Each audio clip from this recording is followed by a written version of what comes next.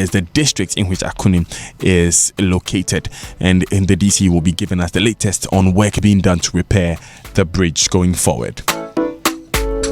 But now it's time for us to take a new daily breast cancer awareness tip with Enimwa Inimado. Good morning again, Enimwa. Good morning, Daniel. So we know that October is Breast Cancer Awareness Month, so we'll be doing this every day for the whole of October. It's important to know that breast cancer usually starts as a painless lump in your breast. Please do not wait for the lump to become painful before you go to the hospital. So as soon as you realize that you have a lump in your breast, and you should be checking at least once every week. We'll be talking about how to check for lumps. It's very simple as well. As soon as you notice a lump, please go to the hospital because early detection saves lives. So check at least once every week, and as soon as you notice a lump, go straight to the hospital. Yes, don't wait for it to get painful before you go, because it usually starts off painless. Thank you very much, Enimwa Inimado, for Daniel. today's breast cancer awareness tip, expected daily on your Super Morning Show on Joy 99.7 FM. It's time for us to go to Kumasi, but remember, we are talking about the state of our nation and who is really responsible for it. The leaders or the citizens they lead. Now, Dede Hesi on Facebook writes, people, stop blaming the government for the flooding. What are you doing? Instead of disposing of your rubbish correctly, you throw them out in the small gutters and onto the roads. And the government isn't the one building on waterways. You are building illegally or bribing officials to build your houses where it shouldn't be built. If everyone was to clean all the gutters in their areas and dispose of their rubbish correctly, maybe the flooding won't happen. Or maybe we could start blaming the government, who by the way is us. Wake up, Ghana. Stop the blame game and do something. That's Dede Hesi's thoughts put out on Facebook. What do you think? 0244 340 437. That's the WhatsApp number. You can also tweet at us at Joy 997 FM. Now, on the 7th of September 2018, just about a month ago, we came to work actually with quite a different plan, but something had happened overnight that we could not ignore. Erastus Asaridonko in Kumasi came through with this disturbing report from Espresso Adija. Listen.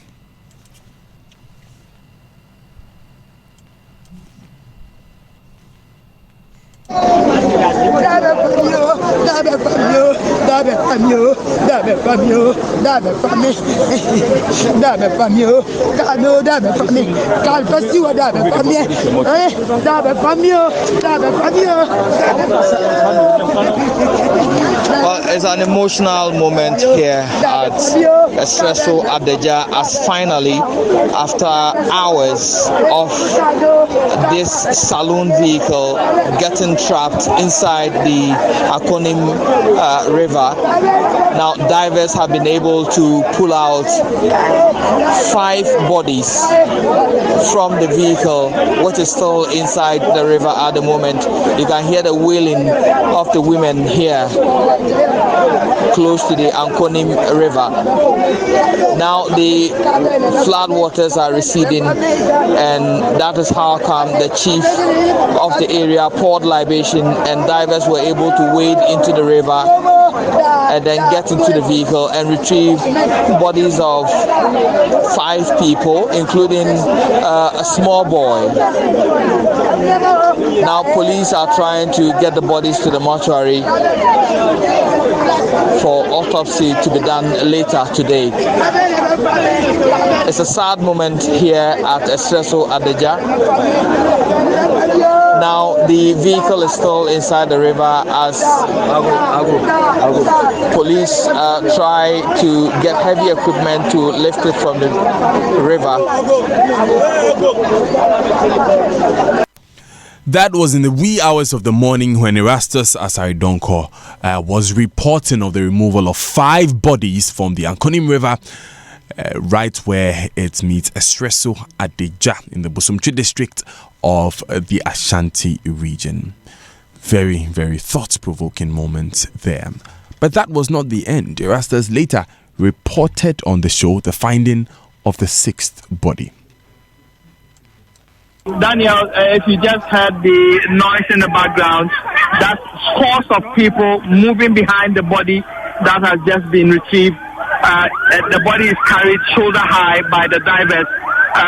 Women wailing behind the body. I must say, people in their thousands who have heard the news are trooping over here. And what is on top of their voices is that this bridge needs to be repaired immediately before we lose other lives. They pleaded for a long time. They need the bridge repaired immediately. And so if you could hear...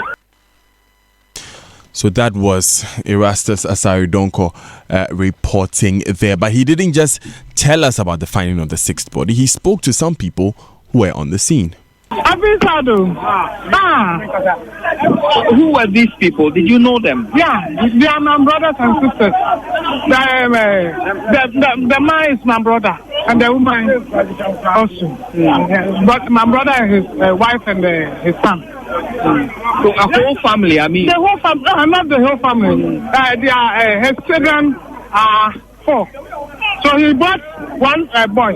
He has one boy, 3 girls. But he brought the boy here. One of the cars crossed the river. It was a sprinter. So this man thought he can cross because the other one has crossed. That's why he got his head. But that car was bigger than this. So that one was able to cross the river. But this bridge has broken for a long time. Yeah, a very long time. Even something has already happened. One person has already died here. It's quite a long time, more than 6 months. So that's why. So we have been trying. Even perished here have since been buried, but the pain and the broken bridge still stare in the face of residents of Adagya. As you can see, the bridge is still as it is, collapsed midway and still broken. And as you can see, it rained for a bit yesterday and the water is rising. Sometimes it can rise and cover this whole area where we are standing. When it gets to that point, vehicles crossing this road will need a driver who is conversant with the situation, or else you will go through this end and that will be a disaster. Deputy Minister for Roads and Highways, Kwabena Owusu-Aduomi, has indicated in an earlier interview the bridge can be fixed only when the rains stop. Road users, however, want a more speedy action to reconnect the community to the rest of Ghana. Sometimes if it rains the flooding comes to the road, so I find it very difficult to go to school. That's it. I always go to school early at dawn, around 3. So if it rains, I find it very difficult to cross the bridge. And for that of the reason, it of course that is the accident. 6 people were dead, and it was very sad. And so they came and looked. They talked. They say they will be going to. They are going to do something about it, and yet still, we don't know. Both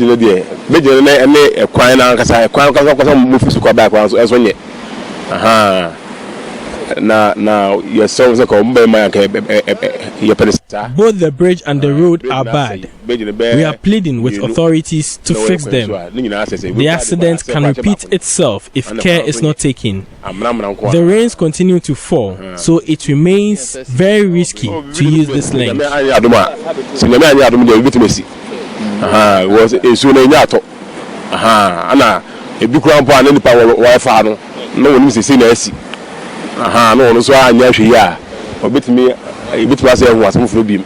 Reporting for Joy News, Erastus Asare Donkor, Kumasi. So that's the latest on the bridge. The bridge is yet to be fixed. We've been joined on the line by Joseph Kwesi Assuming, DCE for Bosumtwe. It's under his jurisdiction that Esesha Deja, where that bridge is located, falls. Mr. Assuming, thank you very much for your time on the Super Morning Show. Good morning, Dan. Hope all is well. Well, we are managing by God's grace. So what's being done about this bridge? What we have done so far is that when the flooding occurred and the accident happened, we immediately did some dredging along the banks of the river so that when water comes, it can flow easily. This is what we did in the interim. we had to dredge the whole banks for water to flow smoothly. But in the long term, we are written to the Ministry of Roads and Highways through the regional engineer of the Ghana Federal Roads. And I can tell you that talks are very much advanced. I can even tell you that it's given to a contractor, but because it's not official, he's still mobilizing funds to come to site. But we have done whatever we can. Alternatively, we have also spoken to the MP for the area, Dr. Victum. We are also exploring the possibility of getting a sea bridge to fix the bridge. So we are exploring all alternatives to do the normal cement works and also to get a steel bridge. And we have done dredging of the whole area. You see, what caused the whole thing was the flooding. The whole place got flooded and it was unsafe to drive through. So we have done the dredging in the interim, but I've told you in the long run, we need to fix and get a bigger bridge to save the area. And it is in the construction of this bridge that a contractor has already been identified, but it's unofficial now. No, I've spoken to the regional federal roads engineer. Okay. He has said he had to give it to somebody to go and work on it. But he's trying to mobilize some funds. That's why the apparent delay. But I can tell you that even I'm going to Accra today for a meeting of all these. And when I get to Accra, I will do a follow-up and see the position of the bridge. So when is this contractor going to come on site? In fact, he has mentioned the name to me, but like I told you, it's not official. I'm not asking for who he is, Mr. Asumi. Right. When is he coming? In fact, he's mobilizing some funds to come. And I hope that as soon as he gets some funds, he will come to site. I can't be too mathematically, precise as to when he's coming, whether tomorrow or Tuesday. But no, it's a question of mobilizing some funds to come to site. But in the interim, what we have done is to dredge the whole area. And we have cautioned people around the area to be safety conscious. When the place gets flooded, they should wait and don't risk their lives. So this is what we have done in the interim until the contractor comes to work on the bridge. Right, thank you very much, Joseph Kwekwasumi, for joining us. He's District Chief Executive for Bosomtwe, telling us there that he has firm assurance from the Department of Feeder Roads that a contractor has been identified and he's currently mobilizing funds to work on the bridge. He is, however, unable to tell us when the work will begin because, of course, the contractor is still doing his mobilization. However, he says he's coming to Accra. That means that in a few days we will be able to call him further for more clarification on this matter. It's 29 minutes past 8 on the Super Morning Show. Enjoy 99.7 FM. We'll take these important messages, and when we come back, we'll come to our main conversation for today. We have been asking you who you think is more responsible for our state as a nation. Is it the attitude of the citizen or the leadership from the politician? We will be answering that question, but you can send in your comments on that to 0244 340 437. That's our WhatsApp number. You can also tweet at us at Joy997FM. Go on our Facebook page, Joy 99.7 FM. We'll hear from lawyer and Vice President of Imani Africa, Kofi Bento, right after we come back. Stay with us. It's a new day. I want you to first think big, not small. Think of how great we can be when we work together. Together, we can ensure that our hard work will provide a better future. Together, we can provide a foundation for you and your business to succeed, regardless of its size. Together, we can create opportunities for all. Bank with us today and let's journey forward together. Forward together. Cowbank, forward together. It's time to own a hotel-inspired apartment near Accra Mall and switch on your urban life with a cool price starting from 315,000 Ghana cedis. Yes, you heard me. Choose our market-leading studio, 1, 2, or 3-bedroom apartment from Oasis Park Condominium at Tetekwashi and enjoy urban resort life. For this and more, call Evelyn on 0204 343 011 or Kojo on 0204 343 008. This is another catered development by CPL Developers. CPL Developers, built for life.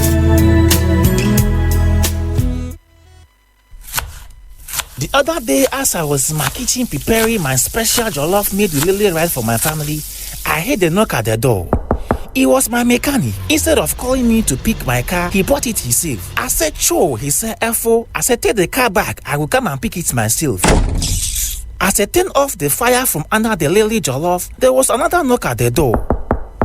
It was my neighbor. I said, neighbor. He said, "F-O, my dog has jammed your wall again, oh." I said, "Don't be silly. You don't have a dog." My wife and kids came home and we saw that he enjoyed. So, it was my pastor. He said, "Bless you." I said, "Bless you too." He said, "Did he come to church on Saturday?" I said, "Acho, but why are you coming to tell me this on Wednesday?"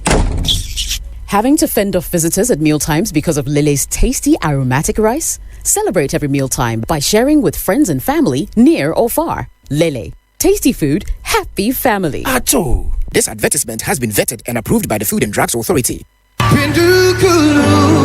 This October, we sing to the heavens at the MTN stands in worship. It's been a great year, and we have every reason to go before the throne in thanksgiving. Come, let's worship our Maker as we are led in worship by great servants of God. The Venerable Pastor Joe Beecham, Yao Sapo, Eugene Zuta, the Bethel Revival Choir, Obapa Christie, Celestine Donko, Koda, Sami Oposo from Nigeria, and from South Africa, Patrick Duncan. MTN stands in worship comes up on the 6th of October at the Fantasy Dome Trade Fair Center, Accra at 6 p.m. sharp. Dial *711*85# to purchase your ticket via mobile money. Media partners: Multimedia Group, Peace FM, Sunny FM, DDP Outdoor, Graphics Communications Limited, Free Music, Footprint TV, and Praise TV. Join us, praise God, as we say thank you for how far He has brought us.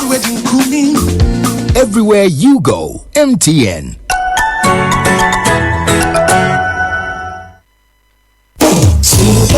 Morning Show.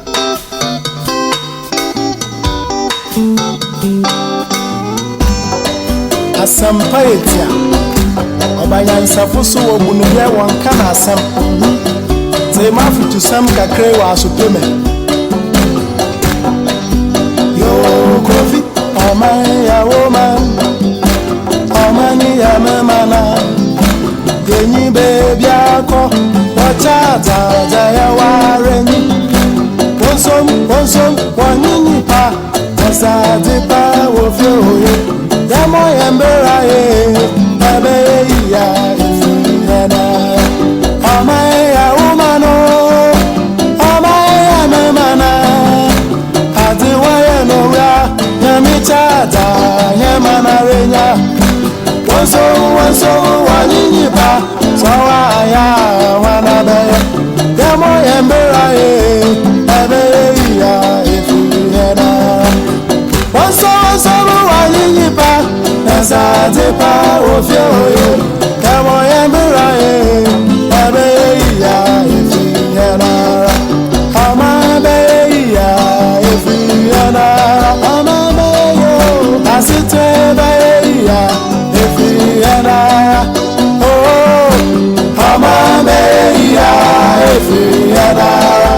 Yena Yamo Yemiraye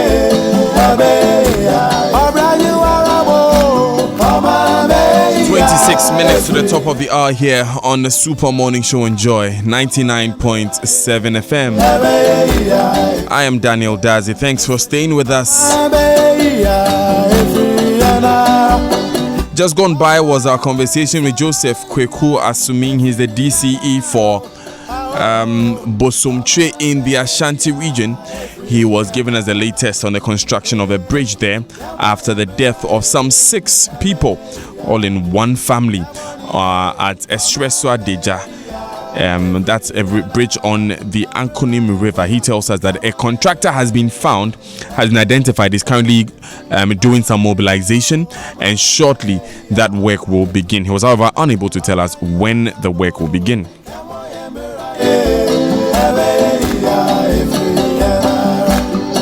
But we've been telling you about this all morning, and today on the Super Morning Show, we want to ask a simple question: that is the state of our country the result of poor leadership or a wrong attitude? When you look at the state of our nation as it reflects in corruption, as it reflects in sanitation, the state of our public service, and different things that happen in our nation that you are not satisfied with, do you think that is a result of poor leadership from politicians we vote for, or the wrong attitude of citizens? We've been talking about how and demanding for footbridges on the Medina-Denton Highway after the death of 187 people. But yesterday on the front page of one of our newspapers that we're dealing with, we found that 74 illegal U-turns have been created on the the Pokwasi Road, the Pokwasi Stretch leading out of Accra. And these have also caused some deaths. It will interest you to know that if you are talking about road accidents and deaths on the road, 40% of these are pedestrian knockdowns.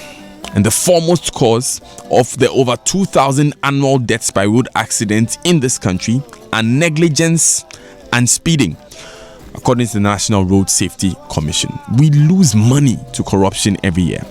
But how efficient is our public sector to deal with corruption? And by the way, who do we pay these monies to? And who pays these monies when it comes to corruption?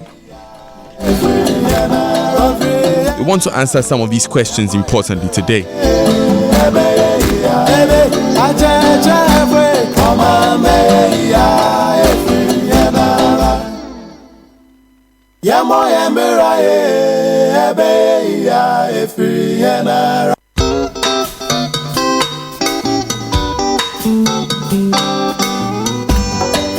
Asampaetia Obanyansa fusu obunuye wonka na asam Te mafutu sam kakre wa supreme Joy 99.7 FM. Omani ya memana Joy 99.7 FM. Wacha ta ya wareni Wonsom wanyinyi pa. So today we'll be speaking to a couple of concerned Ghanaians. First of all, being Kofi Bentil, who is a lawyer and a concerned citizen. Nana Oforiwa Kranting is also a concerned citizen and a development consultant. But Africa is full of potential. People are getting things done. Businesses are on the rise, and Absa Group is tapping into this can-do spirit. As one of the largest companies listed on the JSE Top 40 Index on Africa's largest stock exchange, Absa Group delivers award-winning expertise to enable people and businesses to realize their possibilities daily. Absa Group proudly serving Ghana as Barclays. For more, visit www.absa.africa. Now, Phytol vegetable cooking oil is produced by Wilmar Africa Limited. It's made from the finest palm fruits around the world, including plantations in Ghana. Due to its plant heritage, Phytol is cholesterol-free oil. It's further fortified with vitamin A, which is good for you. Your favorite Phytol is the only cooking oil in Ghana endorsed by the Ghana Medical Association. When it comes to cooking oil, you can never go wrong with Phytol. Phytol, making life memorable.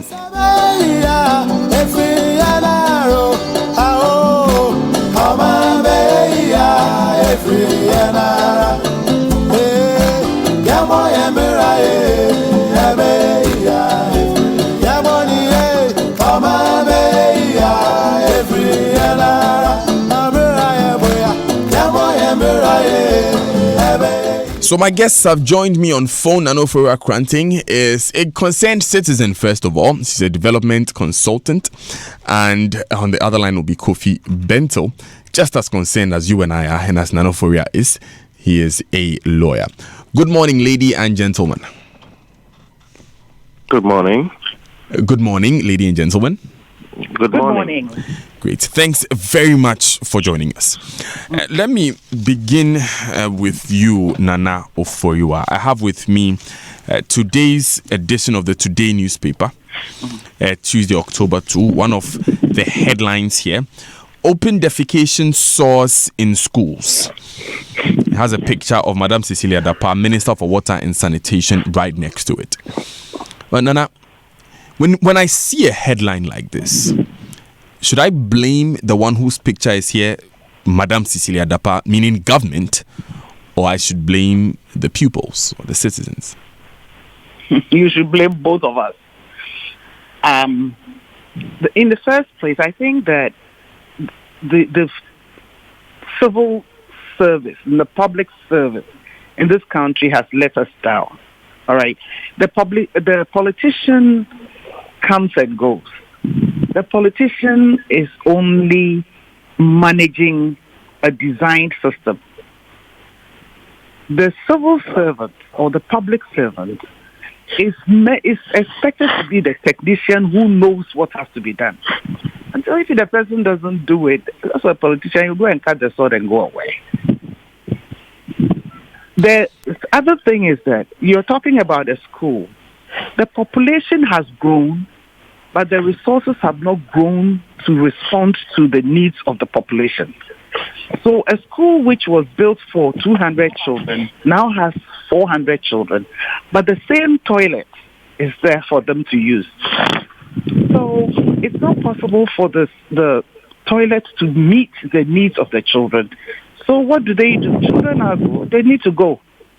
So they'll go anywhere. Is this not a question of lack of provision of resources which would take it back to leadership? It might be, but you see, you have to plan to succeed. Even if we had the resources, which we do have in this country, we do not use the resources for the expected thing. Yesterday, I think this week, you guys were talking about roads, and somebody was talking about how they start and they stop. Please, let's ask the highway or Ministry of Roads whether there is a planned agenda to build roads in this country. Sometime in the early 2000s, there was a program for every chief executive to build 10 kilometers of road in their districts within a certain period. What happened to that? There's no plan to use the resources of the country. All right? And I'm not blaming any politician for this because they come and go. Somebody goes into the civil service, 25 years, they are still on one seat, just getting promoted all the way to director. So they have corporate memory. They should know what to do. But what do we see? Let me bring that question to Kofi Benson on the other line. And Kofi, it's often said, and I've heard this on countless occasions, that save changing the sex of a person, of a woman to a male, or changing the sex of a male to a female, an executive president in Ghana can do anything. Does it not mean then that we should be calling on our leaders to make the change that we expect in this country? Well, yes, in short, that is what it should be. Let me say, when your producer started the discussion with me on this, I said, look, I don't think I'll be a good discussant on the matter because the position you are taking is what I'm taking. Leadership is everything. I believe that with everything in me. People react to the kind of leadership they have. And the same is true for Ghanaians. Of course, there's a little bit of personal responsibility, but that personal responsibility itself will be sharpened, or the sense to that responsibility to be heightened based on the leadership around. If you find somebody openly defecating, it is because there is no consequence for doing that. And they are using the easiest way possible for them. If there was a consequence for doing that, and having a toilet in your house was the easier thing to do, they will have a toilet in their house. The same Ghanaians move elsewhere and they behave very differently because they are reacting to the leadership that they receive. Now, the issue of our executive presidency, I have argued that the framers of our constitution were very clear in their mind that if you do not create a very powerful presidency, then the president will have an excuse and say, well, what is happening over there? I have nothing to do with it. Well, what is happening here? It is somebody else's responsibility. Well, the constitution stops me from doing this or that. In this republic and under this constitution, the president is given powers to touch any and everything. So when you talk about the bridge in some faraway place where somebody died, the president has a direct responsibility because he chooses the district chief executive in that place. And there is a reason why We don't lack resources in Ghana. We still enough money to go around and fix all the problems we have. What we need to do is properly apportion those resources and then put in the leadership to make sure people do what they have to do. Why is it so difficult after people have died to fix a bridge? Okay, and I can tell you about all the other things that we are doing which are not as important. So the short point is this: leadership is everything, and I really don't think that the citizens have too much to do. What they have to do concerning, one or two things, I mentioned it, and I think when the time comes, I'll share. Right. There's an expression, a popular one, that leadership is cause, everything else is effect. I see it a lot on social media. Now, Kofi, the question here would be that our leaders are chosen by the citizens. So the leaders are a product of the society in which they live, which brings it right back to the court of the citizens, no? Exactly. The first point I make concerning the responsibility of a citizen is this: we have the responsibility to choose the right leaders. That is the most important civic responsibility of the citizen. I have argued, and I have no shame about it, that the citizen does not have any business cleaning his gutter. The citizen does not have any business taking his litter out. The citizen has to pick the right leader, because the right leader will collect your taxes and make a Libra clean the gutter, and you will not have a flood. The citizen does not have any business cleaning the streets. The right leader will pick the right person, and they will put people in place to clean the streets. If you know how much garbage is generated in New York and London and Mexico every day, and go and see them cleaning. Every morning it gets cleaned. Citizens don't do that. I have made the point that everywhere in this world, where you see cities that run, where you see cities that are efficient, where you see places that are clean, where you see things in place, where there are no floods and all those things, citizens do nothing about it except to pay taxes and elect the right leaders. No. Right. Kofi Bensol there on the line. Please stay on the line for us for a moment. He makes the point that the only responsibility that a citizen should have is to elect the right leader. The rest really lies with the leader, particularly considering the way the Ghanaian leaders are vested with power. Now, I know for you are on the other line, however, disagree sharply. But Nana, it would be, however, look like a president who appoints everybody from his cabinet to district chief executives to government appointees within an assembly should be able to come down to the level of cleaning gutters in front of our homes, no? You know what? I am not I don't think I'd like to say citizens don't have to do anything. I think that's the bane of this country. We are shirking our responsibilities, our personal attitudes. I am responsible for my personal life. So when I go around throwing things in the streets, believing that government has to come and clean after me, I don't buy that. I agree completely that the government has a role for providing social infrastructure. Yes, it is the government's responsibility to pay for these things because we pay our taxes. But first of all, do we pay our taxes? Do people pay taxes in this country? People live in other jurisdictions. You live a lavish lifestyle, the IRS is there. Do people pay taxes in this country? I'm not sure.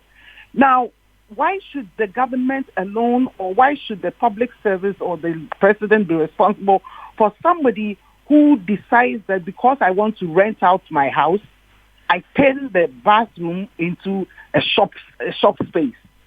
This happens in this country, and it is our attitude. It's not about, you can elect the best government if people are not responsible. When I was growing up, we were made to be responsible. At some point, it changed from responsibility to rights, and that's the bane of this country.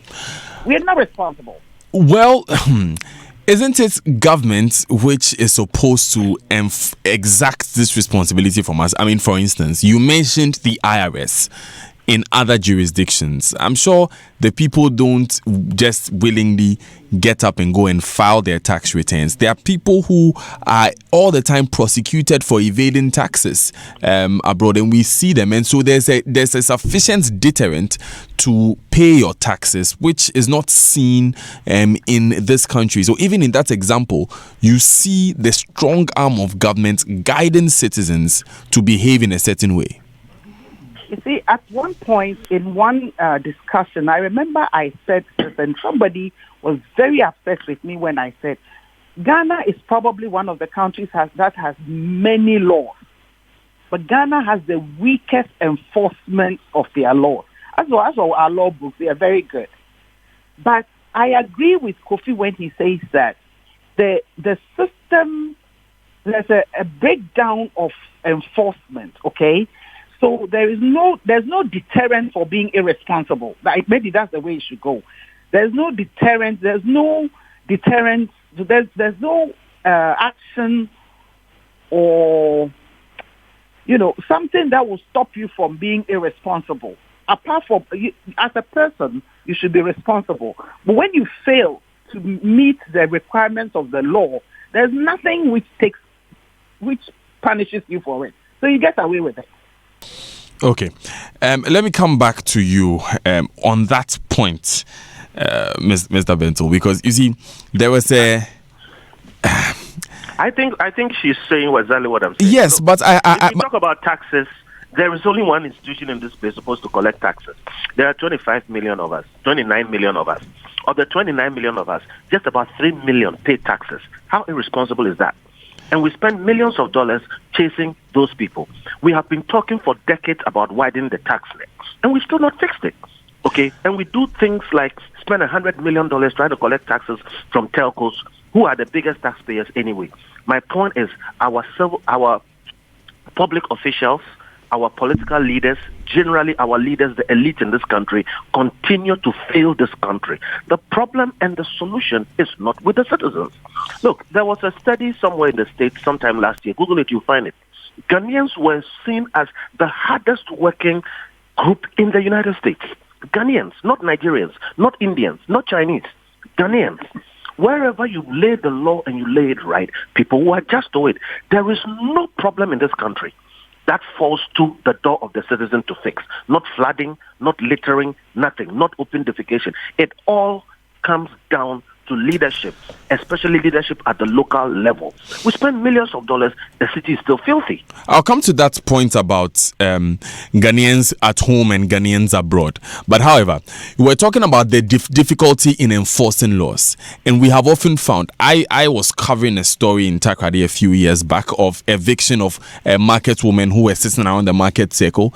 We were doing the eviction, women started complaining, referring to elections. Next thing we know, the policemen leading the work are asked to stop and go back. So you find that because of the way elections are structured in this country, there's very little motivation to enforce laws. I mean, you have a president who stands boldly and says that enforcing laws with illegal mining can cost me an election, but I'll do it anyway.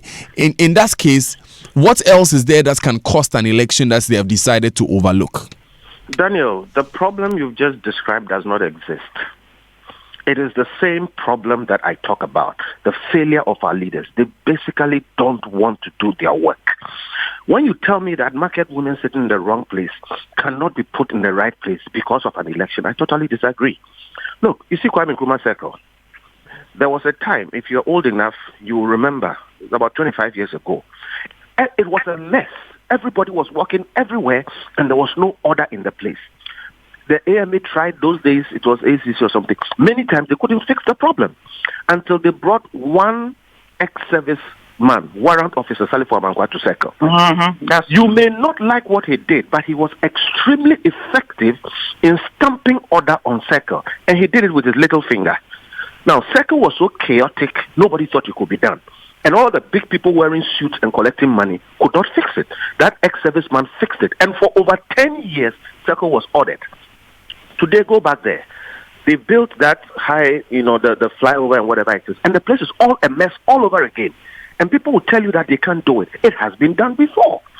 So, Masa, it is a simple matter of leaders wanting to do what they have to do and going ahead to do it. And they lack no resource for doing it. So it comes down to the same thing. We just don't have leaders who are serious about doing their job, and if they are, they can do it. But what of the simple matter of people just doing what they have to do, what they are expected to do? I mean, we do it in our homes. So let me listen. No, let me finish on this point. Ghanaians are not more lawless than any other people anywhere in the world. Look, Some of us, we've traveled around a bit. People are really lawless, even in the face of law enforcement. What I've told you is that whenever you put the rule down and make it sufficiently clear, like we did in Circle, or like they've done in other places of the world, Ghanaians will comply and comply fully. But there is no law and there is no consequence for open defecation, no consequence for littering, no consequence for anything. And there is no consequence for the public servant who has been paid to do his job. Even when he doesn't do it and people die, nothing happens to him. So nobody does their job, and so the citizens also take liberties and we do whatever we find is convenient. Okay, Nana wants to come in at this point. Nana wants to come in at this point. Let me ask this question. Is it that there is no law or there's no enforcement of the law? That's number one. Number two, so how can a leader be responsible for somebody who decides to jump an island, cross a road, and steps right in front of a car for the car to hit him? Is that the leader's responsibility? The answer is simple. We have many laws. All we need is for people to enforce them. Number two, the guy who has to jump in front of the road, if you do that in New York, if you did that in some other city, if you did that in Singapore, you will be arrested and you will be punished. Kofi, I actually just got... So you will not do it. Kofi, I actually just got a picture of a community in the Bronx. The caption on the picture of this is a predominantly Ghanaian community. Anyone who knows the Bronx in New York knows that there are a lot of Africans there and there are a lot of Ghanaians there. And this picture is of a huge rubbish heap in the Bronx. Yes. There are Ghanaians there and they are doing, and I mean, if you drive through some streets of London, I mean, you find women holding pestles. Holding pestles for pounding fufu and spitting on the street. I mean, it's been seen. So that attitude does come out even in better places, doesn't it? No, it's not. That picture, I bet you, look, we've all been around. The Bronx is known for what it is. Okay. Number two, it is not possible for you to convince me that the average Ghanaian is more lawless than anybody anywhere in the world. I've seen Ghanaian communities everywhere. I've seen people who are way more lawless than we are. I don't want to mention names of any other people. Okay. But the point is that go wherever there is proper law enforcement. People have characteristics. People can tell you that the average Nigerian has this kind of characteristic. The average Chinese person has this kind of characteristic. The average Indian has this kind of characteristic. The average Ghanaian's characteristic is that we are cowards. We are afraid. When there is strict law enforcement, we comply. I just told you the story of Circle.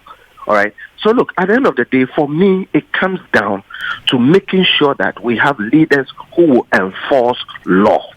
Okay. It comes down to that. Okay. Nana, would you agree that our only problem is that we don't have strong enough laws? I don't. I didn't say no. I mean strong enough enforcement of laws. Thanks. No, I acknowledge the fact that our laws are not being enforced, but that does not give us the excuse to have the attitudes that we have. All right. I mean, you don't. If you have a child in the home, you don't always need a cane to get that child to be disciplined. You need to get the child, you instill values in that child. The thing is that we've lost our value system in this country. All right? And that is why people don't see anything wrong in cleaning their home and dumping the garbage in a drain in front of their houses.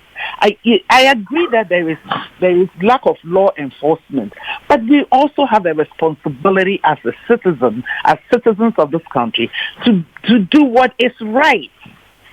That is my problem. We are not against. I'm not saying that there should be no law enforcement. I have been, as Mr. Benson has been to many places. There are Ghanaians, when you go to Ghanaian communities outside this country, sometimes it is very discouraging because there was a program on which airs on DSTV. There's a particular area in Britain where they found bed bugs, and the person who was speaking, unfortunately, is supposed to be Ghanaian. You know, so I am not against Benson's idea of law enforcement. All I'm saying is that the law will be enforced, but we also as citizens have a responsibility for keeping our nation going.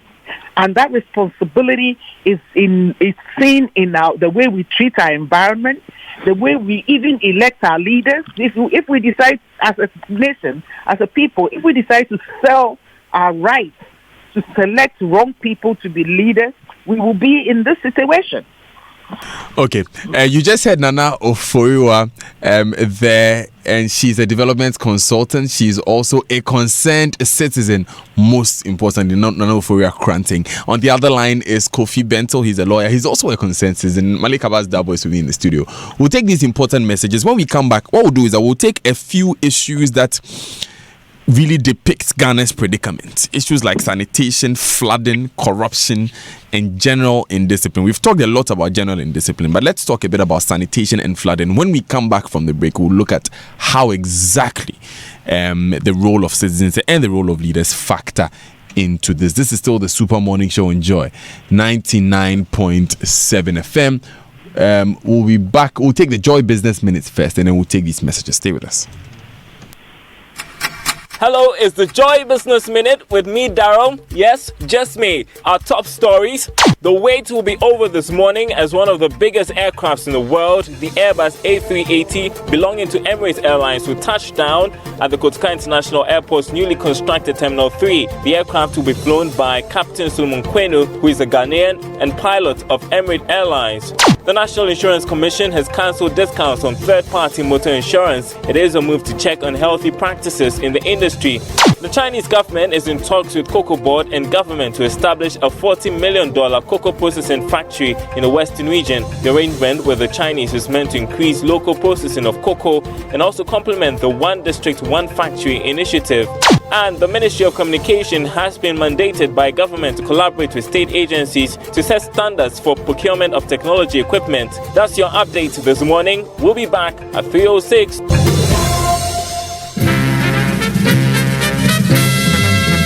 Labadi Beach Hotel in partnership with Joy FM brings you Oktoberfest 2018. Catch all the fun with German food and drinks live at the Labadi Beach Hotel this October. It's Friday, 5th October from 5 p.m. till midnight and Saturday, 6th October from 2 p.m. till midnight. Performing live is the amazing Schlutzen Flitzer Band from Germany. There will be lots of fun for the kids too. For inquiries and bookings, please call 0544 431213 or 0540-123691. It's Oktoberfest 2018. Come, let's celebrate! Kleinhäuschen, Kleinhäuschen, wir versaufen uns noch Oma, ihr Kleinhäuschen. Grab your complete bathroom solutions from Jacqua with 10 years unmatched warranty. Jacqua offers world-class showers, faucets, sanitary ware, and all your bathroom accessories. Visit X Interior Design Showrooms, Main Spintex Road, and Kojo Thompson Road, and get your Jacqua fittings now. Or call 055-250-9566 or 023-684-5512. Jacqua, complete bathroom solutions. The 16th International Building Construction and Property Exhibition 2018 is here again. Ghana's most comprehensive exhibition featuring every aspect of building, construction, architectural, and interior design industry. A one-stop shop for all local and international players to showcase their latest products, services, trends, and technology. This event is from the 4th to the 6th of October 2018 at the Movenpick Ambassador Hotel Accra from 9 a.m. to 7 p.m. There will be a forum on the 5th of October at the Movenpick Hotel themed Smart Secured Construction. This event is organized by Image Consortium Group Limited under the auspices of the Ministry of Works and Housing in collaboration with all building professionals. Proudly sponsored by Duraplast, Fox Cooling, YNW Industries Limited, X Natural Mineral Water, Leader Price, and Advantage Austria. Media partners Joy FM, Gold Street Journal, DDP, Kwesi TV, and City Construction and Property Magazine. Admission for participation is free for all visitors. Call us on 0246 655 392. Her name is Faye. The first time we met, I knew she was way ahead of her time. She gets me, you know. She watches my back and even covers my blind spots with her blind spot collision warning system. We're safe. No strings attached with her wireless device charging, and that is very convenient. My eyes are always on the road when we ride because Faye has heads-up display. And boy, does she run smooth. I feel like she was made specially for me. Get a taste of the future. The all-new 2019 Hyundai Santa Fe. Now available at Auto Plaza Limited, the home of Hyundai. Call us now on 0240-065-030 or visit our showroom at Auto Plaza, Nahia House on the Kanishi Odoko Road, next to Fisherman's House building at the Dansoman Hansonic traffic light. Hyundai. New thinking, new possibilities. Perhaps you're here for the amazing food or the shopping. Or perhaps you're here for the business opportunities that can come your way. Either way, it's a great time to travel. Now enjoy special fares in Emirates Economy and Business to the Far East. Book by 8th October 2018 for travel until 31st March 2019. Visit emirates.com/gh. Conditions apply. Fly Emirates for a world of good times.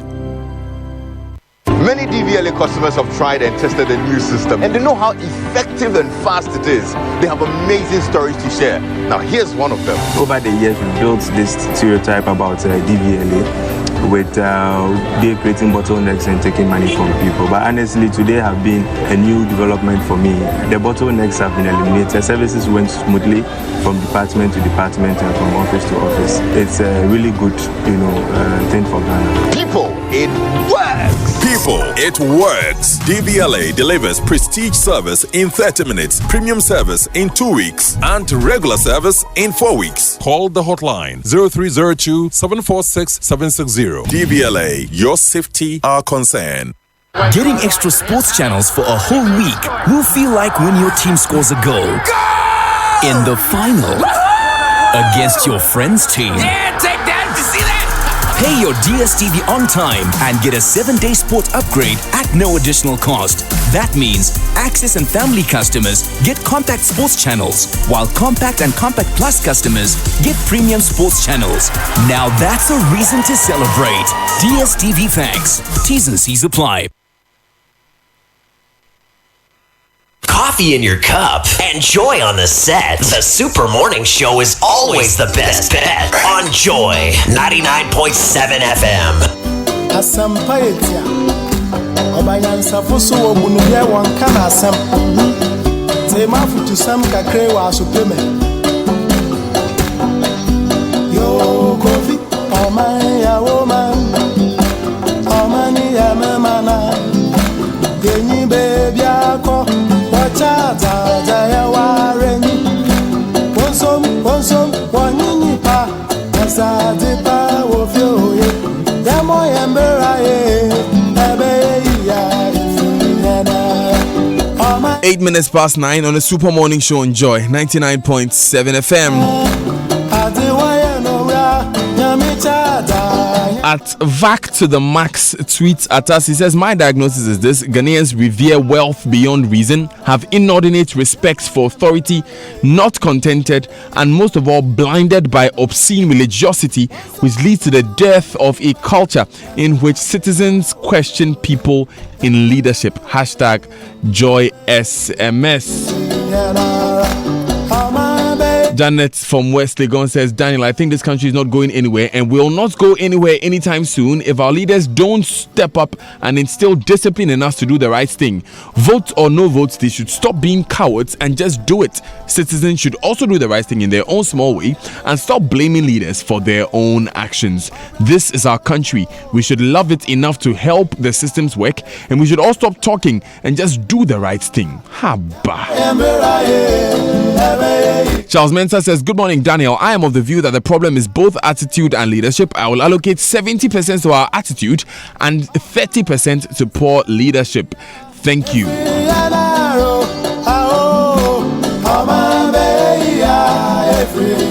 Rosemary just sent one line. Please allow the laws to be enforced. Stop begging.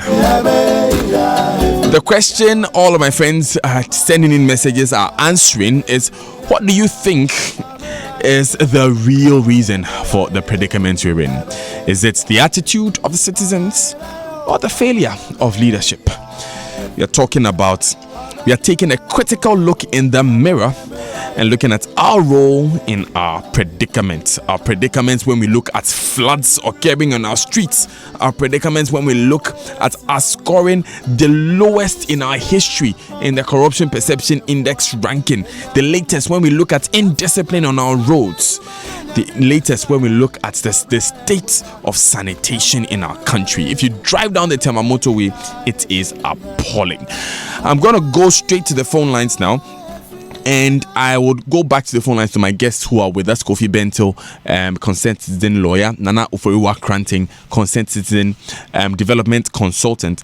And I'll just take these issues one by one. And I'll ask for a minute submission on each of them before we move on. So, Nana, in the first place, when we take sanitation, Ghana spends $300 million every year on sanitation as a state, but our streets are the way that they are. Surely, this cannot be. Oh, sorry, this question is for Kofi. We spent so much there. Surely, leadership has done a lot, and this has to come down to the citizens. No. Again, no. It comes down to leadership. Really, sanitation is more of an engineering issue, okay, and then the law enforcement issue. The law enforcement is simply saying, put your litter here and there. Daniel, there are many of us who keep our litter in the litter bins till they overflow, and nobody comes to pick it up. I am not responsible for evacuating my litter to the landfill. I have paid somebody to do it. And then after me paying, the government has paid $300 million for somebody to do it. How many stories haven't you heard about corruption in that space? And why is it that we are not able to simply evacuate litter, even when we paid for it? Now, nobody can make sure that all their litter is collected, sorted, taken to the landfill and treated. You have to leave it somewhere for the municipal authority to take care of it. And we are failing at it. When you litter, there has to be a punishment for it. And in places where the cities work, there is somebody to make sure that it is punished. There is a consequence for it. Okay. All around the city. So you come back again and it comes back to leadership. Now, let me put it this other way. There is no way we will solve the sanitation problem if we keep on talking about citizen responsibility. The only way we will solve the sanitation problem if we start seeing it as what it is, a municipal engineering issue, a leadership issue. That is how we'll solve it. And I'm coming to you on this one. Clearly, the citizens' role has been played in some areas, but there's so much that we can do. Accra's landfill sites are full now. It's not the citizens who can do that. I completely agree with Mr. Bensel on this. But please give me 1 second to commend DVLA. I was able to renew my license within 10 minutes. And so I think there's a lot of change there. I agree with Kofi Bensel. The landfills are not there. The people who are paid to collect the garbage, I don't know what's happening, but I mean, I pay mine, and my next door neighbor, I don't know what happens, but when I put my garbage outside, I get up in the morning and other people have brought their garbage from somewhere and put them next to it. All right? So I pay for it. It gets collected. But the thing is, and I see there's garbage everywhere. The landfills are not there. He's right. The disposal at the national level or on the larger scale seems to have failed. And that's why on the Tema Road, people can drop it on the side because there's nowhere to take it. Okay. So I agree with him. Right. Let me move to the next issue, flooding. Mr. Bento, it's related to sanitation, isn't it? Because they're clogged up drains. No, Daniel, we make the mistake of thinking everything is sanitation. It just happens that there are things that clog our waterways, plastic bags and all that kind of thing. And in a sense, it has to do with sanitation. But again, it has to do with municipal engineering. It has to do with waste collection and evacuation. And again, I tell you, look, if you know how much garbage is generated in some cities every day, and if you watch people clean at night, okay, now, we still have open drains in this country.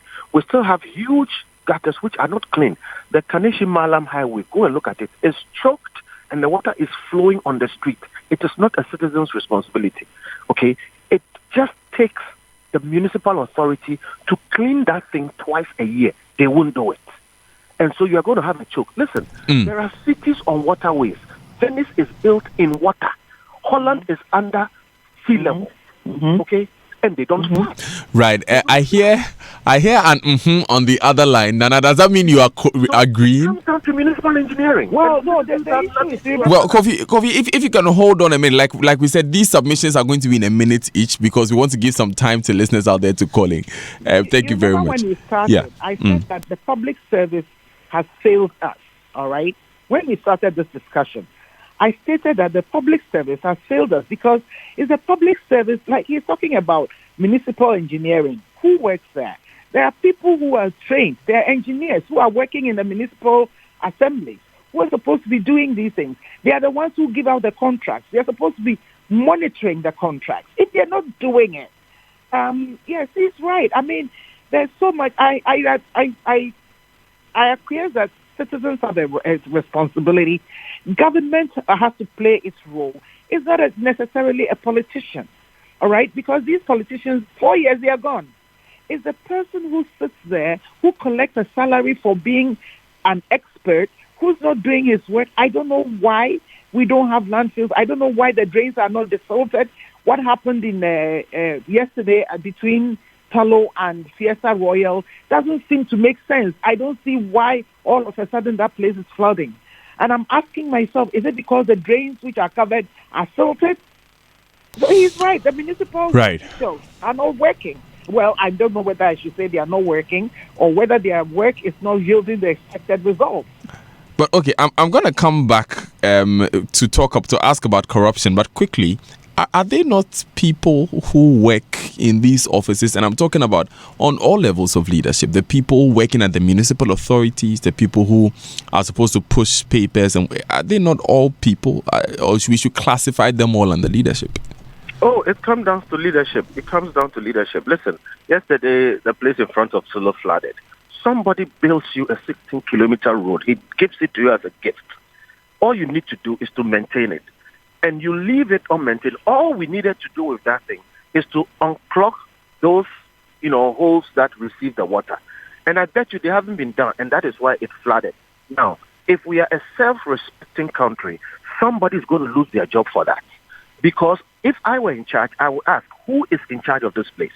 I would try and find out who has the responsibility of making sure that those holes that have been constructed, they are there, are desilted. And if I find that one, and that person does not give me a sensible excuse why they haven't done their job, they will lose the job. That is how it is in other places. And until we do that, we are not going to go nowhere. But again, it comes back to what I say is the primary responsibility of the citizen. That is to elect good leaders. The average Ghanaian is more pleased electing a congenial or nice person than electing a competent person. We see competence as an attack on us.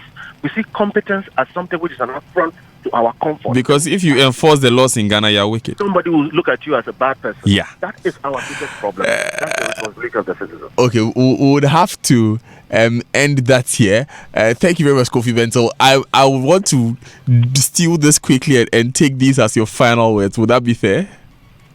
Well, yes. I think our basic responsibility is to elect good leaders. Great. Not just nice people, competent people. Great. Thank you very much, Kofi Benson. And I'm going on the other line for Nana Oforiwa Kranting's final words. I would agree that we have to elect good leaders, but the leaders are also citizens of this country. I think we should all be responsible for our attitudes. We should hold people we have put in positions accountable for what they are doing, what we expect them to do. We cannot expect... Hello? You're on air. We cannot expect to put people in positions where they are not accountable to anybody. You don't have to do any work, you get paid. All right? So, yes, but all these people are citizens of Ghana. Let's acknowledge that. They are citizens of Ghana. So if they are failing because we as individuals have failed and we grow to be leaders, and because we have grown in a very irresponsible manner, we get there and we do what we are supposed to do, what we do all the time. Nobody holds us accountable. And we get away with it. He was right. If a person, right.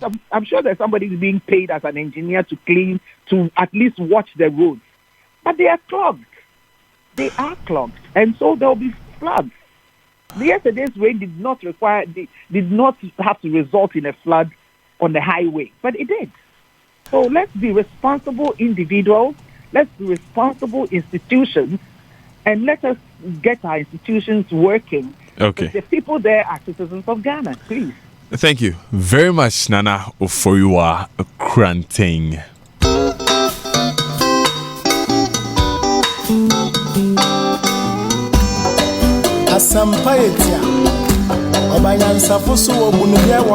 You know, Anklato says in the song that Asempayetia, it means that if something is worth saying, it can be said in the shortest possible time. Unfortunately, I think it took us about an hour to get to this conclusion. Malik Abbas Dabo is with us here in the studio. You just heard Nana Oforiwa Kranting. She's a concerned Ghanaian and a development consultant, and Kofi Bento, who is also as concerned, and he is a lawyer. So Malik, it seems like Kofi nailed it on the head when he said the problem is with poor leadership and the failure of citizens to elect the right leaders. Nana also tied it in a beautiful bun when she said that, look, it is true that leaders do not enforce laws, but citizens have a responsibility to themselves to keep these laws. I don't know where you stand on this. I'm going to hold a gun to your head and ask you to choose one. I think both of them made compelling arguments. I said choose one. Both of them made compelling arguments. I will tilt towards Nana Oforiwa. I have fundamental disagreement with Kofi, but only to a limited extent. And this is it. When Kofi argues that leadership is everything, the rest is cause, the rest is effect. That's true. It's a popular expression. Yes, and he repeated that is true. But it is also true that people get the leaders they deserve, because it is the people who elect the leaders. And so if you elect the leaders who don't do that which you elect them to do, and the next time you elect the same leaders, then you get the same results. But what is even worse, after you have elected the leaders, you go to sleep. And you have the country divided in two halves. One half is defending everything the failed leadership is providing. Another half is condemning. When the tables turn, you have one other half which is defending everything and one half condemning. That is where we are. But Daniel, look at the figures. How many politicians do we have? So when we talk about political leadership, how many? You have 275 members of parliament. You have 110 ministers, many of whom are members of parliament, by the way. You have 216 district and metropolitan municipal chief executives. That's what you have. That's your political leadership. If you put all of these together, at best, you have less than 1,000 people that constitute the political leadership. And you have thousands and thousands of people occupying offices that they are supposed to do their bit every single day, who don't get their jobs done. To make it simple for you, the civil service is about 14,000. Absolutely. The entire payroll, those paid by government, are 600,000. When you talk about teachers, enforcement nurses, of the everyone. law, do you expect the minister, the interior minister, or the defense minister, or who to enforce the law? You have a police service. The police service should do its job, enforce the law, arrest people, prosecute them for violating the law, enforce the law. I agree with Kofi that the biggest problem facing this country, and I have said this many times, is non-enforcement of laws. And it is as if we make the laws just for them to be on the books, for us to feel good that we have passed the law. When it comes to enforcement, we leave the laws at large. When you see all these thousands of people who drive on the shoulders of the road and they use sirens, they honk their horns, and they violate the road traffic regulations with casual abandon. These are citizens. When people drink water and drop the water bottle and you ask them to pick it up and they ask you whether this is your house, you don't expect the minister or the police officer to be there and tell the person, if you don't pick it, I will prosecute you. The citizen must remember and recognize that when you drop the litter there and everybody drops their litter there, what you have are the floods we all suffer. That if the citizen will keep theirs, it does not have to take somebody arresting and prosecuting you for you to recognize that you should not drop your litter wherever you are, because you are not an animal. That litters as you go. Malik, I want you to end with the story you were telling us in production yesterday, but I'm going to open the phone lines in 5 minutes. I'll take a break and then I'll open the phone lines. Malik, I want you to end the story you told us yesterday about the foreigner in Ghana who was asked not to jump a queue. Yes. Then this guy he was at the airport and he's trying to jump the queue. He calls a SEPS officer, immigration officer, tries to give the guy money so that the guy will help him jump the queue. And the guy says, we don't do that here. And then this foreigner says, what are you telling me? I live in Ghana. I know that this happens all the time. So, he told that to the face. So the foreigner told the Ghanaian who was enforcing the law that I live in Ghana here. And I know your country is corrupt. I know that this happens. Okay, in 5 minutes, we'll open the phone lines and then we'll ask you to tell us what you think. Is it an issue of citizenship, the attitude of citizenship, or the leadership of the politician? Stay with us. Malik, you've made a lot of points. It's okay. It's okay. We'll be back after these messages. At Afrodan, we believe that many of the problems people have with their health is as a result of the way they sit. In other words, your chair can kill you. Here's Dr. Marcus Mann of the Chiropractic and Wellness Center. What you have to remember is that the spine is the lifeline to your body, and posture is the window to that spine. Now, posture is affected by your daily activities and habits like sitting. That's why at the Chiropractic and Wellness Centers, we recommend what I believe to be the best chairs available for preventing not only subluxations, but also other health problems that you may not be aware of. And that's Rabami and Mobilex chairs. Unfortunately, on a daily basis, I have to correct the effects of this poor sitting habit in our businessmen and businesswomen. Always remember, optimal spine equals optimum health. So, for the sake of your health, buy Rabami or Mobilex chairs from Afrodan. We are on the first floor of the Swansea Shopping Arcade. Telephone 663-085. Good day, my one and only human resource manager. Good day, Abner. It just occurred to me, now that our colleague is no more, what's going to happen to his wife and children? Oh, that one. The company has a unique Glyco Group comprehensive insurance cover for staff. And the good news is that Glyco Life has already paid a claim for our late colleague, so his family will be well taken care of financially. Wow, this is so relieving to hear. Yes, the Glyco Group comprehensive plan provides a 24-hour adequate group life cover for employees or members of associations. Should any employee be injured in an accident, suffer disability, terminal diseases like heart attack, stroke, kidney failure, or even death, Glyco Group comprehensive plan will pay substantial benefits to them or their beneficiaries. Moreover, the plan also takes care of our company's legal liability under the Workmen's Compensation Act. Abna, close your mouth. Amazing. Keep up the good work. So, my fellow corporate human resource managers and executives, call Glyco Life on 020-222-113 or 050-125-6336. Email to customer services at glycogroup.com or grouplife@glycolife.com to have your employees covered under the Glyco Group Comprehensive Plan. Airtel Tigo is undergoing a nationwide network upgrade so that we can provide you with wider coverage, faster internet, and super clear calls. This network upgrade is going to be a smooth one. However, in situations where you have a network challenge, such as no service or emergency, kindly visit any Airtel Tigo shop or SIM upgrade center nationwide to upgrade your SIM for free. You can also call Airtel Tigo on 100 or 0277 551 000 or 0260 000 100 for more information as we fully round up on our network upgrade. This upgrade will not affect your Airtel Tigo Money account, airtime, or phone contacts. It's what we've all been waiting for as we give you a bigger, better, stronger network that gives you the most. Airtel Tigo. Charlie, so it's actually raining and we can't hear any sound. As for this, your house, when it's raining, no sound. When the sun is up, the interior is cool. What roof are you using? They use Ico Roofing Shingles from Interface Limited. Long lasting and beautiful. Ico Roofing Shingles. We all for move to Interface and get this Ico Roofing Shingles. Interface Limited is the leading supplier and installer of finishing input materials for the building and construction industry in Ghana. Call us on 0274-999999 or visit our website at www.interfacelimited.com.